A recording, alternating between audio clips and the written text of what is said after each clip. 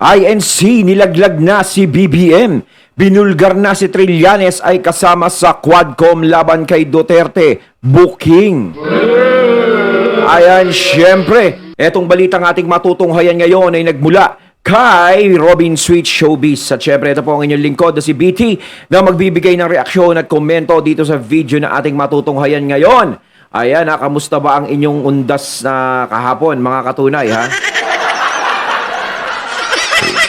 Parang napansin ko nga kahapon, parang hindi undas.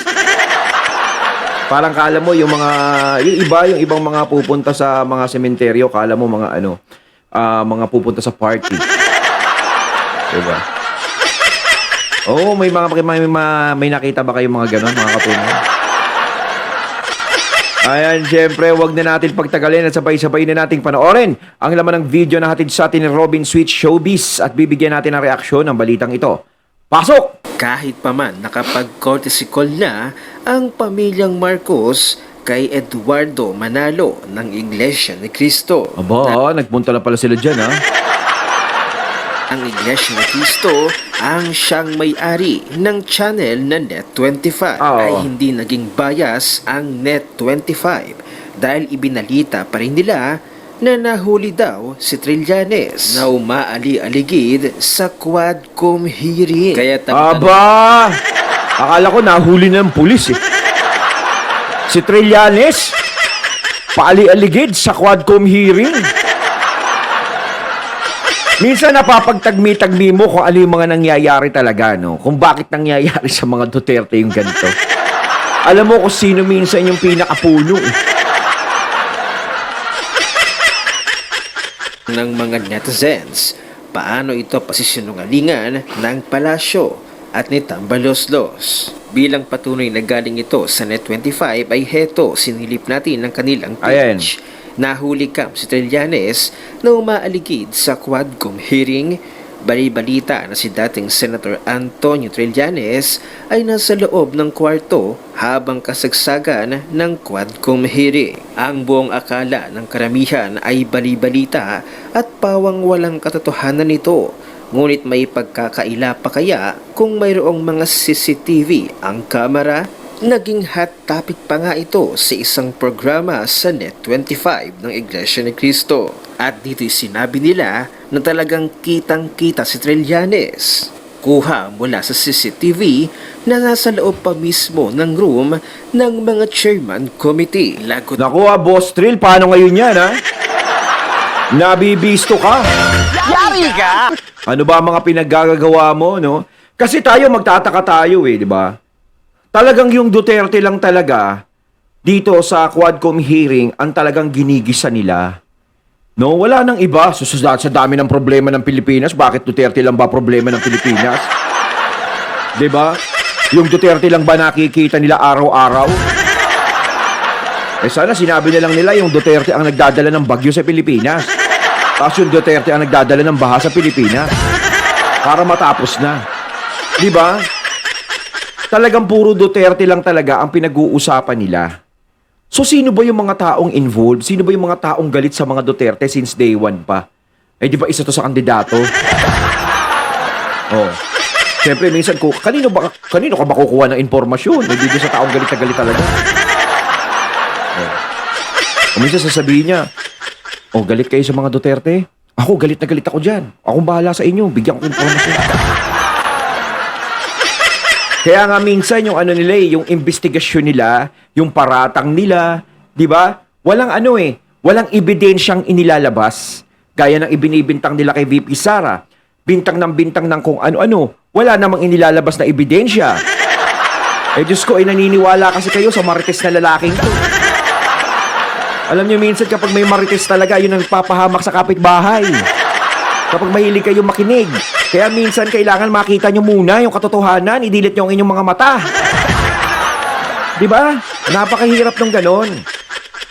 Si VP Sara, siya na yung inaakusahan, pero siya pa yung naglalabas ng ebidensya doon sa mga tao talagang walang niya. Ay, Diyos ko. Iglesia ni Cristo channel na ang nagsalita. Hindi ito fake news. Ayan kahit nag-courtesy call si PBBM, is talagang inilalabas pa rin ng Net25 yung katotohanan. Ang problema, di ba, yung SMNI is naglalabas ng katotohanan. Alam naman natin ang nangyari sa SMNI. Hindi kaya ang sapiti ng Net25 ay ganun din? Aba, kapag ganun din na sinapit ng Net25, alam na natin, di ba? Bawal kang magsalita, bawal kang sabihin ng totoo. Kailangan parang ibabalita mo, puro kasinungalingan na lang. Di ba? Kapag nangyari sa Net25 yan. Kasi ang mga tao, kung tutuusin sa tagal ng panahon, naghahanap talaga sila ng mga balita na totoo. Yung mga paghuhugutan nila ng kaalaman sa kung ano talagang nangyayari sa ating bansa. Kasi hindi ko naman nilalahat, no, yung mga mainstream talaga na na mga kilala na nagbabalita.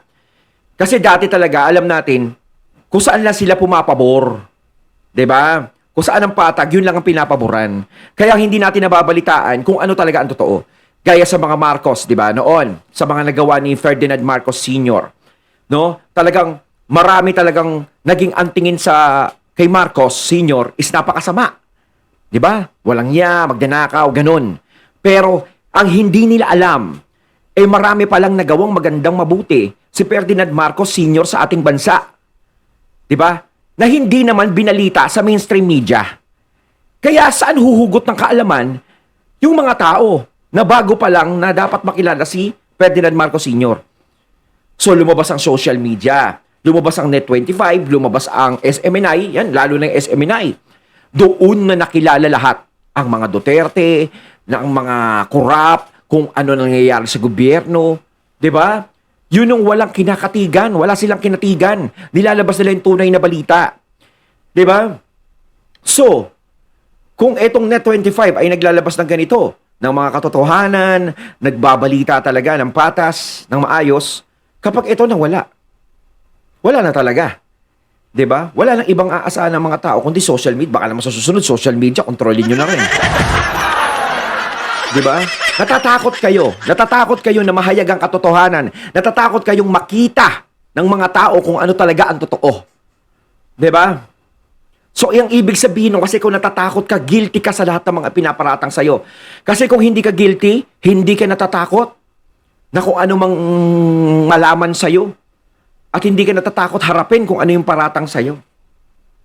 Kaya pala may pagganitong post sa Trillanes. Ang sabi niya, nag-transmit na po ngayon sa ICC ang transcript ng Senate hearing kung saan maraming inaamin si Evil Dutz tungkol sa EJK. The pertinent Quadcom transcripts were transmitted early on and all were duly received. Lahat ng ito ay magagamit sa trial later on. So, Evil no? Evil? Ganun na talaga tingin mo, no? Kay Duterte, ganun na talaga tingin mo. Yung ginagawa mo kaya. O sige, tingin mo si Tatay Digong, evil. Ay. Ikaw naman, tagapagtanggol ng evil. O yun na lang. Diba? Kasi, diba pinagtatanggol mo Pinagtatanggol mo yung mga addictus, maledictus. Mga pushers. Diba? Sila pinagtatanggol mo Diba? Oh, EGK. Kayo kasi gusto nyo bine-baby yung mga kriminal, yung mga masasamang tao. Gusto nyo pinaghehele, pinagtitimpla nyo ng gatas. Diba? Yun ang gusto nyong mangyari. Ayaw nyo ng ginagawa ni Tatay Digong. Diba? palang totoo ang hinala ng mga netizens na di umano'y galamay itong si Trillanes ng Quadcom. Pero ulitin nga natin ang sinabi ng ICC, the principle of complementarity. The principle of complementarity is one of the main pillars for the court's operation. If a state which has jurisdiction over the situation or case investigates, prosecutes, and tries the same person for substantially the same conduct, then the ICC shall defer to the domestic judicial authorities, provided that the state is not unwilling and or unable to genuinely carry out the proceedings. O di ba mga kasweet, malinaw na malinaw. Kaya may pagsupalpal ang DDS si Mark Anthony Lopez. Ayan. Kaya ito hindi mananalo kahit mayor sa Caloocan eh. Puro bida-bida lang ang alam gawin. Pinasa na daw niya sa ICC ang transcript ng Senate hearing kung saan may mga sinabi si former President Roddy Duterte. Kundi ba naman engot ang pag-convey niya sa ICC na may investigative hearing na nagaganap dito patunay na the government is functioning. So under the principle of complementarity na sinusunod ng ICC, hindi na sila makikialam dito sa Pilipinas. Diba ang tanga? Ngayong nabulgar na Hindi, talagang tanga. Di ba? Mantakin mo, no? Ang inaakusahan mo yung taong naglilinis ng bansa. Ang inaakusahan mo, ang pinalalabas mong kriminal ay yung taong may malasakit sa taong bayan. Ikaw, sa pagiging militar mo. Ano nagawa mo? Ibig sabihin, yung mga rebelde, kapag alam mong masama, is kukonsintihin mo na lang. Kapag may gera kang pinupuntahan, di ba ayaw mo ng war on drug? Di ba ayaw mo ng EGK, ayaw mo pala ng mga patayin, ganito, ganito. Eh di ibig sabihin, kapag may gera, nagtatago ka? Eh bakit ka nagsundalo? Alam mo yan kasi pinagtatanggol mo yung bayan. Kaya ka nagsundalo para ipaglaban mo ang karapatan ng bayan, ipagtanggol ang bayan, para sa katahimikan ng bayan. Alam mo dapat kung ano ang ginagawa ni Duterte. Ginagawa ni Duterte ang war on drugs para sa katahimikan ng bayan. Para hindi masira ang bayan at hindi maging narco state ang Pilipinas. Di mo ba alam yun? Alam mo ba, kung hindi dumating si FPRRD dito sa Pilipinas, hindi siya naging presidente, baka naging narco state na tayo. Gets mo ko? Kasi nga noon, nung wala pa si Tatay Digong, halos yung bisyo na yan, is kaliwat kanan mo nabibili. Diba? Halos kulang na lang sa department store, mabibili mo na. Maging legal. Diba? Simula nung dumating si FPRRD, is kahit papaano nabawasan yan. Malaki ang natapyas dyan. Hindi man naubos pero nabawasan ng matindi. Yun palang is importante na. Katahimikan ng bansa ang gusto mo bilang sundalo. Kaya ka nagsundalo. Diba? Kaya ka nagsundalo. Yun ang gusto mong mangyari para sa kapayapaan ng bansa natin. Ipagtanggol ang bansa natin sa mga taong masasamang loob na gustong sumira. Ngayon si Tatay Digong parang ganun din ang ginagawa niya. Pinagtatanggol ang bansa natin ang mga kabataan na maaaring malulong doon sa bisyong yun. 'Di ba? Walang pinagkaiba sa ginagawa mo bilang sundalo. Tapos ikaw pa, bilang sundalo, hindi mo maunawaan yung ginagawa ni Tatay Digong. Anong klaseng sundalo ka? 'Di ba? Ibig sabihin ba, sundalong lugaw? 'Di ba? Eh sa lahat ata ng sundalo, ikaw lang yung ganyan eh. Naku, bilang sundalo, nakakahiya talaga yung ginagawa mo. na tila may kinalaman at tila galamay itong si Antonio Trillanes ng Quadcom para idiin lalo ang dating Pangulong Duterte. At ang balita pa ay galing mismo sa Net25 na pagmamayari ng Iglesia ni Cristo. Paano kaya ito pasisinungalingan ng palasyo? Ang tanong ng mga netizens, susunod na ba sa yapak ng Kingdom of Jesus Christ ang Iglesia Yun yung tinatanong ko. Samantala, tinutulan naman ni Mr. Will Talker ang naging opinyon ni Benny Abante na tila yata exempted ang mga mahihirap na nagbebenta ng ipinagbabawal na gamot upang mabuhay at may makain sa pang-araw-araw. Ano daw ang pinagkaiba noon sa mga pulis na pumapaslang ng mga adik para din magkapera? Naku, anong nangyari na sa utak ni Benny Abante? Narito ang comment traction ni Mr. Will Talker, panoorin natin. Tanong ko, ano ang pagkakaiba ng pusher na yun lang ang kanyang trabaho? Mahirap na tao ito na kumikita para makakain sila. Anong pagkakaiba niyan sa pulis na ay din ng pusher upang magkaroon ng pera. Ano pagkakaiba? Wala pagkakaiba eh. Oh, abay, isali mo na ang mga sarili nyo. Isali mo na sarili mo, Pastor. Anong pagkaiba niyong tatlo? Pare-parehas lang kayo. Ikaw naman, Pastor Abante, pera ng taong bayan, ha? Oh, Kaban ng bayan mas unfair yun. ang ginagastos nyo sa mga lifestyle nyo. Oh, pero ano Mr. Real Talker, may napanood ako. No, si Kong Dan tsaka si Kong Abante. Ayan King Kong. Ayan. Bigla silang naging parang tumiklop, no, na parang naging sila yung sa interview sa kanila. Bumait sila kay Tatay Digong.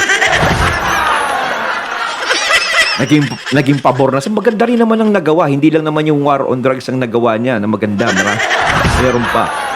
Diba? Ayaw nilang makulong, ayaw nilang ganun. Naging tagapagtanggol ng inaapi. Ang hirap talaga kapag malapit ang eleksyon, no? Kahit gaano ka katapang, umuurong yung buntot mo. Yan ang hirap sa atin, eh. Diba? Lumalabas yung totoo sa bibig ninyo. Diba? Lumalabas yung totoo. Alam nyo naman pala sa sarili nyo na may magandang nagawa si Tatay Digong noon. Kaso nga lang talaga, yun nga yung sinasabi ko na, kahit gusto mong sabihin na maganda yung nagawa ni Tatay Digong, wala kang magagawa. Kung meron kang bossing na pinangingilagan. Kasi syempre, pag bumabor ka sa mga Duterte, yari ka. Yung distrito mo, walang budget yan. Oh, di ba? Kaya kahit magsalita sila ng gano'n na, kahit sabihin nila na, tama naman yung ginagawa ni Tatay Digong eh. Di ba? Tama naman yung ginagawa niya. No, yung pagpapatahimik sa bansa natin, nagiging ligtas. Kaso wala tayong magawa, hindi tayo makapagsalita. Kailangan sabihin natin na masama. Eh pag sinabi natin mabuti yan, tingnan nyo nangyari kay Richard Gomez. Di ba ganon? Kung sino pupuri sa ginawa ni Tatay Digong yari?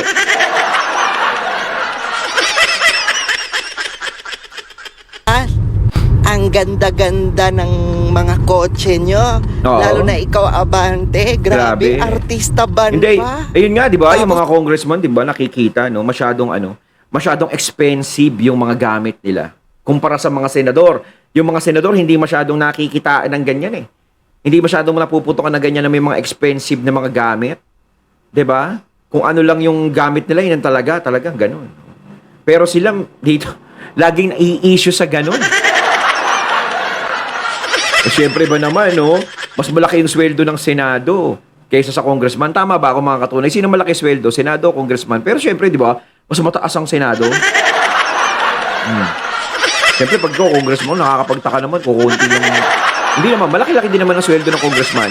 Pero syempre, hindi ka na makakabili ng milyon-milyon bag. Isang bag, 1,000,000. Sayangin mo yun, pabili mo lang ng pagkain mo. Tapos mga relo nyo. Di ba? Mamahal, mga So, milyones. anong pinagkaiba nyo? Parehas lang kayo. Mas masahol pa nga kayo. Kasi nagpapagamit kayo kay Tambaluslos. Yun lang. Mas masahol pa kayo kasi mga sinungaling kayo. May patuwad-kum pa kayo para manipulahin lahat. Kaya compare ka pa, wala kang pinagkaiba sa kanila. Grabe talaga mga lods. Hindi ko matanggap yung statement ni Pastor Abante na sinabi niya doon na ang mga pusher daw, may iba daw mga pusher. Bakit parang nagbebenta ng kasi mahirap lang daw sila. So Hindi katwiran yon, no? Napakaraming trabaho, 'di ba? Napakaraming trabaho na pwede mong pasukin. 'Di ba? O pagpalagay natin, 'yun ang trabaho mo. Nabubuhay mo yung pamilya mo doon. Eh paano naman yung mga bumibili nun, yung mga nasisira ang buhay? 'Di ba? Kasi minsan talaga, hindi naman lahat talaga is gusto nilang bumili nun, gusto tumikim nun, hindi. Minsan kasi nai-impluwensyahan sila. Minsan kahit ayaw nung tao, di ba, may mga tropa siya, kaibigan, kahit ayaw niya, minsan napipilit siya. Ganun. Kapag napilit siya, minsan tinatakot pa. Di ba? Kaya pag natikman niya, yun, doon na nagsisimula yung bisyo niya. Di ba? Kaya talagang dapat talaga is nang mawala talaga eh. Kasi yan ang sanhi ng ugat ng kriminalidad dito sa buong mundo. Yan talaga, droga talaga. Napakasama talaga niyan. Walang naidudulot na maganda sa tao yan.